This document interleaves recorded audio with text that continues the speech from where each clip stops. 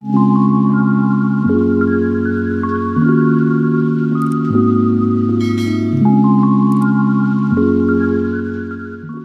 222. Semua karena orang yang tidak berperasaan itu. Longling dan beberapa bawahan Tuan Muda Yu langsung mengangkat Yuming. Beberapa bawahannya marah besar. Dasar wanita murahan berani-beraninya mencari masalah dengan Tuan Muda Yu. Kamu sudah bosan hidup. Kalau Tuan Muda Yu kenapa-kenapa, kamu tidak akan mampu ganti rugi. Kepala polisi Ye. Cepat tangkap dia. Dengan penuh perhatian Longling bertanya. Tuan Muda Yu, kamu tidak apa-apa. Yuming tidak menjawabnya. Dia menatap Chu Chun Sui dengan kesal. Dasar wanita murahan yang tidak tahu diri. Kepala polisi Ye. Cepat bawa dua orang murahan ini ke kantor polisi. Kepala polisi Ye mengerutkan alisnya. Melihat Yuming. Tuan Muda Yu, tolong jaga mulutmu. Kepala polisi Ye terkejut ketika Chu Chun Sui membuka kedua matanya. Dia tahu. Wanita cantik. Ini adalah ratu dari Brunei yang sudah menghilang beberapa hari. Beberapa hari lalu dia mendapat perintah dari atasan. Katanya ratu dari Brunei menghilang di Linan. Atasannya meminta kepolisian di Linan untuk menemukan ratu dengan segala cara. Tidak disangka ratu dari Brunei ternyata ada di Hotel Tianxing. Walaupun Yuming adalah orang terpenting di Linan, tapi masih jauh jika dibandingkan dengan ratu dari Brunei. Bagaimanapun juga ratu dari Brunei bisa mempengaruhi hubungan kedua negara. Yuming semakin marah mendengar kepala polisi Ye menegur dirinya dan membela Qinlang dan wanita murahan ini. Kepala polisi Ye, kamu tidak mengerti apa yang kukatakan. Aku memintamu sekarang juga membawa dua orang yang murahan ini ke kantor polisi. Ye Teng berkata di dalam hatinya. Tuan Muda Yu, kamu tidak bisa menjaga mulutmu sedikit. Ini adalah ratu dari Brunei. Kalau hubungan kedua negara menjadi bermasalah karena kamu, maka keluarga kalian juga pasti akan diberi pelajaran. Tapi sekarang kepala polisi Ye juga tidak bisa memperingatkan Yuming terang-terangan. Dia berkata, Tuan Muda Yu, kalau kamu tidak bisa menjaga mulutmu lagi, jangan salahkan aku kalau aku membawamu ke kantor polisi. Apa? Hari ini Ye Teng mau membelot. Keluarga Yu adalah keluarga terbesar di Linan. Tapi barusan dia bilang mau membawa dirinya ke kantor polisi. Yuming menarik kerah baju Ye Teng. Ye Teng, kamu tidak mau menjadi kepala polisi lagi. Berani-beraninya memarahiku demi kedua orang murahan ini. Plak, Ye Teng menamparkan pipi Yuming. Sampai Yuming terjatuh ke lantai. Yuming, kamu sudah cukup belum ributnya? Setelah bicara, Ye Teng melihat Chu Chun Sui. Halo Ratu Chu. Saya adalah kepala polisi di Linan. Raja Hasanal sekarang sangat panik. Silahkan Anda kembali dengan kami. Ratu. Yuming terkejut mendengar panggilan ini. Dia memang mengetahui berita tentang ratu dari Brunei yang menghilang di Linan. Dia melirik Chu Chun Sui sekilas. Hatinya menjadi ketakutan. Jangan-jangan prostitusi ini adalah ratu dari Brunei. Chu Chun Sui tertawa. Aku sudah tertutup seperti ini. Tapi kalian masih bisa menemukanku. Kalian sangat hebat. Ye Teng berkata. Ratu bisa saja. Chu Chun Sui melihat Yuming. Tadi sepertinya ku dengar kamu bilang aku adalah prostitusi. Dan juga bilang aku dan Qinlang adalah dua orang yang murahan. Kalian ini benar-benar tidak masuk akal. Aku hanya meminta Qinlang menjadi pembantuku. Kalian buta ya? Memangnya kalian tidak melihat spray di lantai? Beberapa hari ini dia selalu tidur di lantai. Mereka semua sejak awal masuk ke dalam kamar sudah melihat ada spray dan selimur berwarna putih di lantai. Setelah mengetahui identitas Chu Chun Sui, bagaimana mungkin Yuming masih berani seenaknya seperti tadi? Ratu, tadi saya salah. Saya salah. Chu Chun Sui tertawa sinis. Hanya dengan kamu bicara seperti itu, maka masalah ini bisa selesai begitu saja. Haha. Apakah kamu tahu? Ucapanmu barusan bisa memberikan dampak buruk seperti apa di kerajaan Brunei. Di Brunei, memfitnah anggota kerajaan akan dihukum cambuk. Kepala polisi, tolong Anda carikan cambuk untuk memberi orang yang tidak tahu diri ini pelajaran. Ini. Baik. Ye Teng langsung memerintah anak buahnya mencari cambuk dari luar. Tidak lama kemudian anak buahnya datang membawa cambuk. Chu Chunsui memberikan cambuk itu kepada Qin Lang. Tolong kamu beri beberapa orang ini pelajaran. Setelah itu dia melihat Yuming dan yang lainnya. Seharusnya kalian dicambuk sambil digantung di atas tiang listrik. Tapi sekarang tidak perlu. Kalian lepaskan baju kalian. Lalu Qin Lang akan mencambuk kalian satu persatu. Ratu, saya adalah tuan muda keluarga Yu dari Linan. Dulu keluarga kami yang mengerahkan mobil dan pengawal untuk menyambut Anda dan Raja. Apakah Anda bisa? Yuming benar-benar tidak bisa menanggung malu sebesar ini. Dari kecil selalu dia yang memukul orang lain. Kapan dia pernah dipukul oleh orang lain? Kamu dari keluarga Yu. Baik, sudah kuingat. Nanti aku akan bicara dengan suamiku. Tuan muda dari keluarga Yu memfitnahku memiliki hubungan yang kotor dengan orang lain. Kalau dia marah, aku tidak akan bertanggung jawab atas apa yang akan terjadi. Ucap Chu Chunsui sambil tertawa-tawa.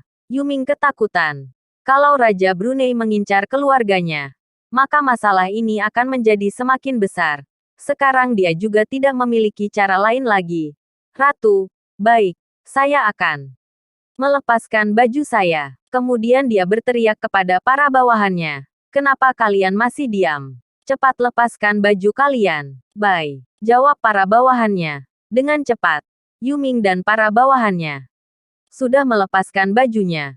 Chu Chunsui berkata, Qin Lang, setiap orang dicambuk 10 kali. Tuan muda dari keluarga Yu yang menyebalkan itu dicambuk 15 kali. Kalau tidak berdarah tidak terhitung. Baik, Qin Lang berjalan ke depan Yuming dan bawahannya. Dia melihat Long Ling yang berdiri di depan Yuming dengan tatapan kasihan. Qin Lang berpikir dalam hatinya, apakah karena Yuming adalah tunangannya Long Yan? Jadi dia berekspresi seperti ini. Long Ling, kamu pergi dulu. Jangan sampai kamu yang terluka. Ucap Qin Lang. Tapi Long Ling tidak bergerak sama sekali. Dia melihat Qin Lang penuh kebencian. Dia baru mau bilang, tolong Qin Lang jangan mencambuknya karena dia adalah pacarku. Tapi tiba-tiba dia didorong oleh Yuming. Kamu pergi dulu. Biarkan dia mencambukku. Jangan sampai ratu marah. Kalau tidak akan gawat. Yuming sekarang hanya menginginkan amarah Chu Chunsui cepat menghilang. Long Ling yang berdiri di depannya ini sama saja dengan mencari masalah. Long Ling didorong sampai tersandung. Qin Lang langsung menarik tangannya karena takut dia terjatuh. Tapi Long Ling memukul tangan Qin Lang. Qin Lang tahu dia masih sangat membenci dirinya. Maka dia hanya bertanya dengan datar, kamu tidak apa-apa. Tapi Long Ling sama sekali tidak menjawabnya. Pada akhirnya Qin Lang mencambuk Yuming dan para bawahannya. Mereka semua berteriak kesakitan. Badan mereka semua berdarah-darah. Yuming sangat kesakitan. Tapi sekarang dia masih harus tersenyum di hadapan Chu Chunsui sambil meminta maaf. Saya sudah merusak nama baik Ratu. Saya harap Ratu tidak memasukkannya ke dalam hati. Kalau Ratu memiliki perintah, saya bersedia melakukannya. Chu Chunsui tidak peduli dengannya. Dia melihat Ye Teng, kepala polisi Ye. Aku mau berdiskusi denganmu. Hari ini anggap saja kamu tidak menemukanku. Kujamin setelah beberapa hari, setelah aku menyelesaikan semua urusanku, aku akan kembali ke samping suamiku. Bagaimana? Ye Teng kebingungan. Ratu, maafkan saya. Tidak bisa menyetujuinya. Beberapa hari ini Raja sangat khawatir dengan keselamatan Anda. Raja sudah beberapa kali memberikan pernyataan kepada Kementerian Luar Negeri kami agar kepolisian di Tiongkok mencari keberadaan Anda dengan kekuatan penuh. Kalau kesabarannya sudah habis, maka Raja bilang akan bersuara kepada dunia. Anda adalah ratu. Anda tentu saja tahu kejadian ini memiliki dampak separah apa. Jadi, tolong Anda bisa memahaminya. Chu Chunsui menghela nafasnya. Benar-benar maaf sudah merepotkan kalian semua. Aku akan ikut kalian. Chu Chunsui melihat Qin Lang. Qin Lang, kamu ikut denganku. Qin Lang mengikuti Chu Chunsui keluar kamar. Dia melihat Long Ling di belakangnya sekilas. Tapi tatapan Long Ling hanya tertuju pada Yuming. Mukanya terlihat sangat kasihan dan penuh dengan perhatian. Qin Lang kebingungan. Kenapa Long Ling terlihat sangat memiliki perasaan? terhadap adik iparnya ini. Tapi mengingat yang akan dinikahi oleh Yu Ming adalah Long Yan, adiknya Long Ling. Bagaimana mungkin Qin Lang akan menyangka kalau Long Ling sedang menatap pacarnya? Jadi Qin Lang juga tidak berpikir terlalu banyak. Dia mengikuti Chu Chunsui pergi meninggalkan hotel Tianxing dengan mobil polisi. Kepala polisi Ye Teng mengantar Chu Chunsui dan Qin Lang ke Wisma Negara Danau Barat. Raja Brunei Hasanal dari tadi sudah menunggu di depan pintu. Melihat Chu Chunsui turun dari mobil, dia langsung berlari menghampirinya. Dengan rasa senang dia berbicara bahasa Melayu. Tapi yang dia bilang pasti adalah, istriku. Akhirnya kamu kembali juga. Aku sudah merindukanmu. Atau sejenisnya. Chu Chunsui juga bicara beberapa kalimat bahasa Melayu. Tapi mukanya terlihat sangat datar saat dia bicara. Tatapan Hasanal penuh dengan rasa sayang melihatnya. Seakan-akan dia menganggap Chu Chunsui sebagai dewi. Saat mereka berdua sedang berbicara, ada beberapa orang Brunei memeriksa seluruh badan Qin Lang. Hati Qin Lang berpikir, dilihat dari tatapan raja ini, sepertinya dia sangat menyukai Senior Chu. Tapi Senior Chu sepertinya sangat datar. Perasaannya terhadap raja tidak begitu besar. Setelah berbicara selama beberapa menit, pelayan hotel membawa mereka semua ke dua kamar. Chu Chunsui tidak tinggal sekamar dengan raja setelah selesai beres-beres. Qin Lang dipanggil oleh Chu Chunsui untuk berjalan-jalan di sekitar hotel. Qin Lang berkata, Senior Chu, tidak disangka Anda adalah ratu dari Brunei. Chu Chunsui duduk di kursi tepi danau. Nenek biyu beberapa hari ini pasti akan datang. Jadi tidak ada salahnya aku bicara denganmu. Sambil melihat danau, Chu Chunsui berkata, 20 tahun yang lalu, orang itu sangat melukaiku. Aku mulai berjalan-jalan di seluruh Tiongkok untuk membalas dendam kepada orang tidak berhati itu. Aku mulai mencari berbagai pria tampan dan membawa mereka ke depan orang tidak berhati itu. Aku sengaja bermesraan di depannya, hanya demi membuatnya marah. Tapi dia sama sekali tidak terpengaruh. Kemudian pangeran dari Brunei datang ke Tiongkok. Aku berinisiatif menggodanya. Dia juga jatuh cinta denganku pada pandangan pertama. Aku membawanya pergi bertemu dengan orang tidak berhati itu. Bermesraan dengan pangeran di depannya. Saat itu aku bilang kepada orang tidak berhati itu, aku adalah wanita yang bahkan dicintai oleh seorang pangeran dari Brunei. Tujuannya agar dia cemburu. Asal dia bilang mau menerimaku, aku bisa langsung menendang pangeran. Dan bersama dengannya seumur hidup. Tapi tidak disangka orang tidak berperasaan itu bilang, hatinya sudah memiliki orang lain. Tidak bisa memuat orang lain lagi. Dia sama sekali tidak memiliki perasaan terhadapku. Kemudian dia bersembunyi di dalam hutan di Gunung Tian. Dia menutup dirinya dari dunia luar. Kemampuanku tidak sebaik dia. Jadi aku tidak pernah bisa masuk. Sejak saat itu aku tidak pernah bertemu dengannya lagi. Aku juga tidak perlu mencari pria lain untuk membuatnya marah. Jadi aku selalu bersama dengan pangeran dari Brunei. Beberapa tahun lalu, dia naik tahta menjadi raja. Aku pun menjadi ratu Brunei. Qin Lang tidak menyangka ternyata pengalaman Chu Chunsui menjadi ratu adalah seperti ini. Senior Chu, orang yang tidak berperasaan yang Anda bilang itu siapa? Anda mau membunuh nenek biyu juga karena orang ini. Setelah bicara sebanyak ini, Chu Chunsui mengelap air matanya dengan lengan jubahnya. Orang yang tidak berperasaan itu bernama Li Xiao Yao. Yang kamu bilang benar. Karena orang ini, aku harus membunuh nenek biyu. Qin Lang masih mau menanyakan sesuatu. Tapi Chu Chunsui berdiri. Baiklah, kamu latihan di sini saja. Aku sudah memancing nenek biyu ke Linan dengan sentas benang. Tidak lama lagi dia pasti akan datang. Kalau kamu tidak mau melihat aku mati di tangannya, maka kamu harus melatih apa yang sudah kuajarkan. Qin Lang menganggukkan kepalanya. Lalu dia mulai latihan di tepi danau. Hatinya berpikir, kalau Senior Chu dan nenek biyu benar-benar bertarung, maka dia juga tidak akan membiarkan salah satu dari mereka mati. Walaupun dia sendiri harus terluka. Sekarang yang paling penting adalah dia harus melatih langit dan bumi bersatu ini dengan baik. Bab 223. Pertemuan dua musuh. 2-3 hari ini, Qin Lang tinggal di Wisma Negara Danau Barat. Latihan bela diri di bawah panduan Chu Chun Sui. Tempat latihan mereka adalah di hotel bagian paling barat. Di sini ada halaman yang sangat luas yang menghadap ke arah Danau Barat. Jadi mereka bisa sambil menikmati pemandangan danau yang indah ini. Qin Lang melihat Raja Brunei terkadang jalan bersama dengan Chu Chun Sui. Dilihat dari mukanya, sepertinya dia mau cepat-cepat pulang ke negaranya bersama Chu Chun Sui. Tapi Chu Chun Sui selalu menunda-nunda.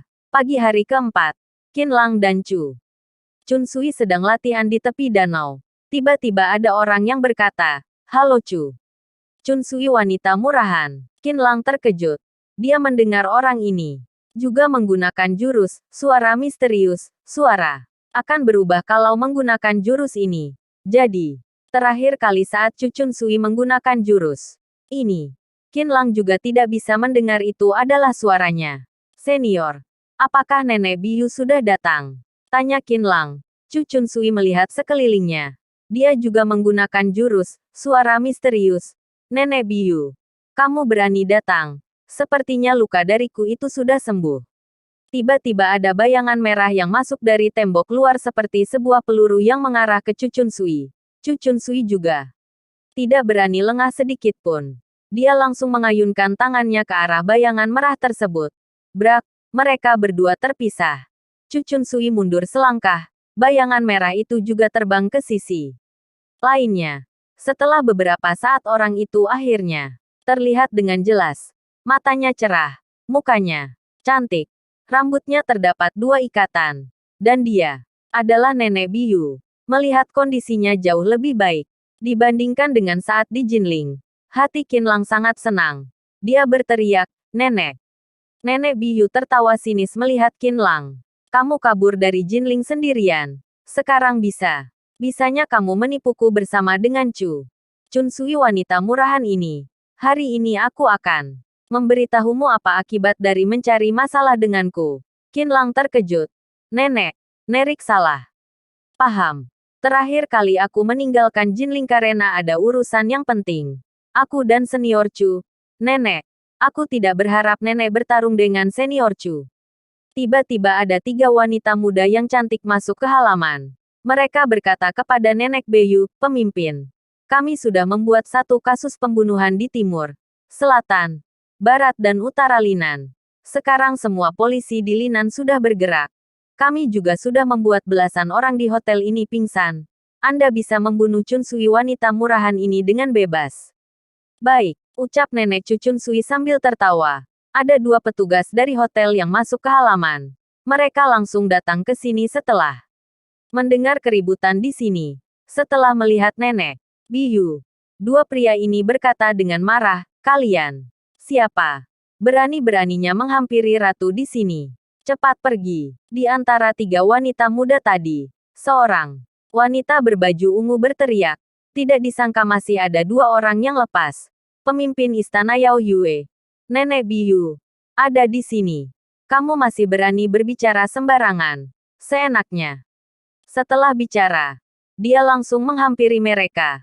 Tangan kiri dan kanannya masing-masing menampar satu kepala petugas tersebut.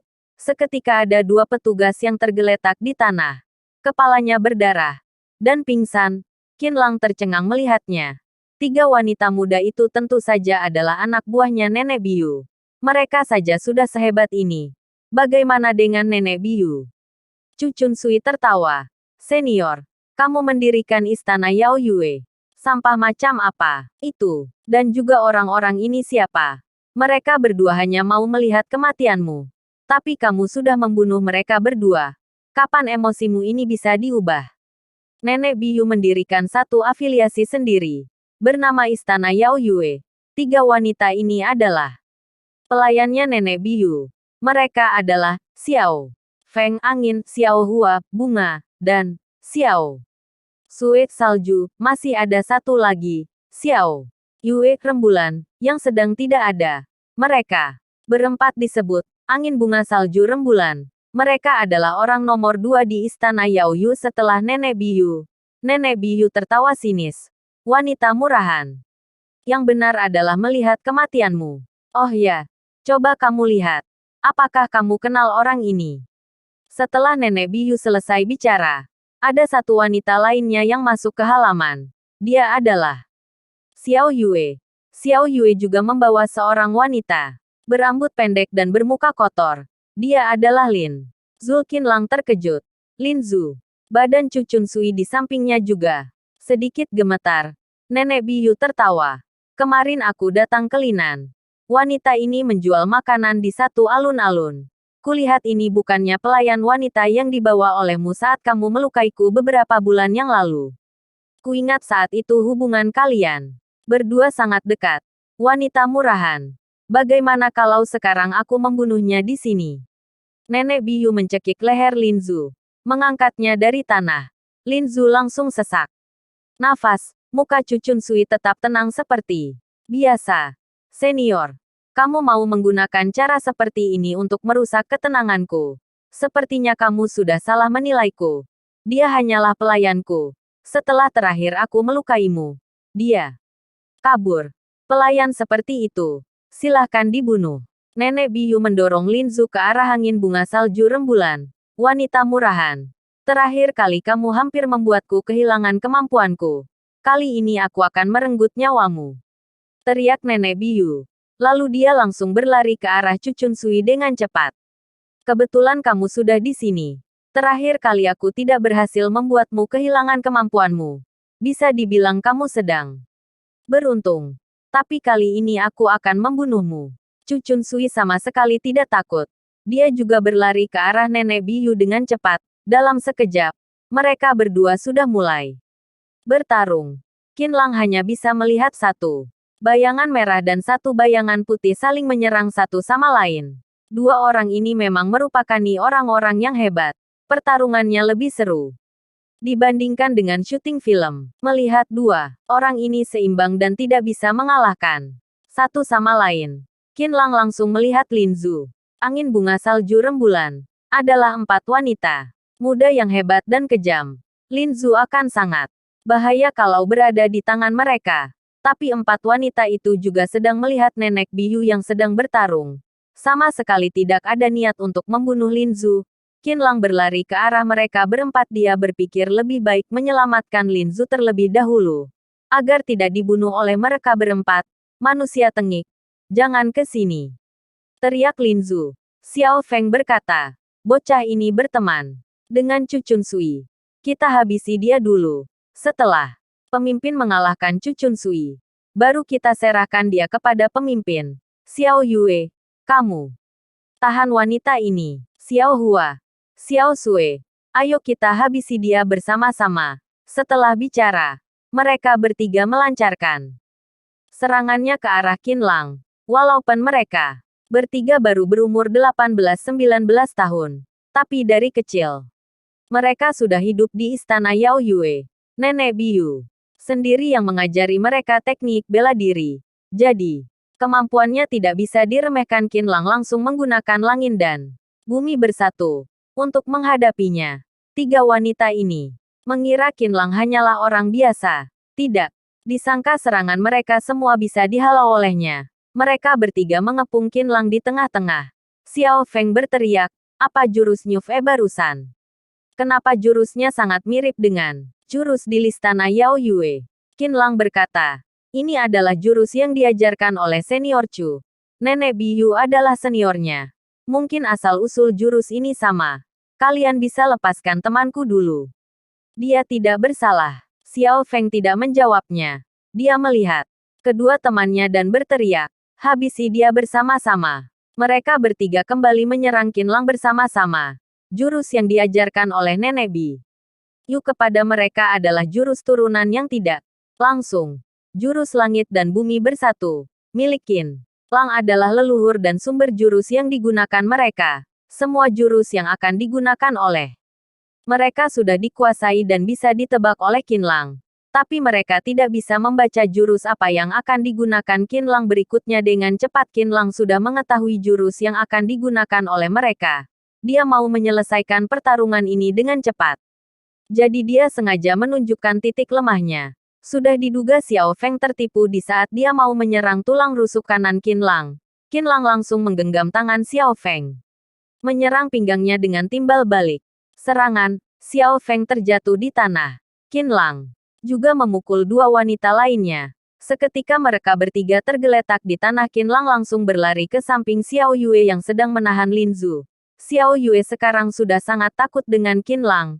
Di saat dia mau menyerangnya, Lin Zu menabrakkan kepalanya ke belakang, sehingga Lin Zu terlepas dari genggaman Xiao Yue. Qin Lang menarik tangan Lin Zu. Mereka berdua langsung berlari jauh. Melihat empat wanita itu tidak ada niat untuk mengejarnya, mereka berdua baru berhenti. Lin Zu dengan senang berkata, "Manusia tengik. Beberapa hari tidak bertemu. Tidak disangka kamu sudah sehebat ini. Oh ya, kenapa kamu bisa bersama dengan Ratu?" Qin Lang berkata, "Ini sedikit rumit. Nanti baru kuceritakan. Ternyata kamu adalah pelayan Ratu Brunei. Pantas saja kamu bisa bahasa Melayu." Tiba-tiba ada suara langkah kaki dari luar. Selanjutnya Raja Brunei dan beberapa pengawalnya masuk ke halaman. Dia melihat ada dua wanita yang sedang bertarung di tepi danau. Salah satunya adalah istrinya. Hatinya menjadi panik. Dengan keras dia memanggil nama Chu Chunsui. Plak, Chu Chunsui terkena serangan dari Nenek Biu, sampai terjatuh di tanah, sambil memanggil nama Chu Chunsui. Raja Brunei mau berlari ke arah Chu Chunsui. Chu Chunsui meneriakinya dengan bahasa Melayu. Artinya adalah jangan ke sini. Kalau tidak, dia juga akan dibunuh oleh Nenek Biu. Kalau dia tidak menuruti kata-katanya, maka Chu Chunsui akan bunuh diri. Raja Brunei tentu saja mengenali sikap Chu Chunsui seperti apa. Maka mau tidak mau dia berdiri di tempatnya. Melihat Chu Chunsui dengan panik, Nenek Biu tertawa sinis. "Wanita murahan, kamu baik juga dengan pria asing itu. Li Xiaoyao sangat menyukaimu. Tapi apakah perbuatanmu ini tidak mengecewakannya?" Nenek Biu menyerang Chu Chunsui lagi. Chu Chunsui menghalanginya dengan tangannya. Badan Chu Chunsui tergeser 1 meter ke belakang. Dia juga memuntahkan darah. Qin Lang dan Lin Zu langsung berlari ke samping Chu Chunsui.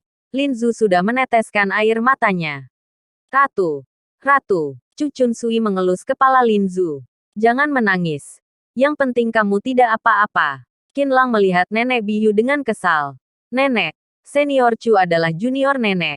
Kenapa nenek bisa sekejam ini terhadapnya?" Nenek Biu berkata dengan marah. "Wanita murahan ini terakhir kali mencoba untuk menghilangkan kemampuanku. Kamu tahu apa akibatnya setelah aku kehilangan kemampuanku? Di saat itu aku akan menjadi daging ikan di atas talenan yang akan dipotong-potong olehnya sesuka hatinya. Kapan dia pernah berniat baik terhadapku?" Di kepala Qin Lang sekarang hanya ada Chu Chunsui yang muntah darah karena Nenek Biu. Jadi dia hanya berniat untuk melindungi Chu Chunsui. Dia mengingat sebelumnya Chu Chunsui pernah memberitahu dirinya kalau permasalahan antara Chu Chunsui dan Nenek Biu disebabkan oleh seseorang yang bernama Li Xiaoyao. Kalau mau mengetahui ada cerita apa di balik ini semua, maka yang harus ditanyakan pertama adalah tentang orang ini. Qin Lang berkata, "Nenek, aku pernah dengar senior Chu bilang, nenek yang merebut Li Xiaoyao darinya, jadi dia sangat membenci nenek.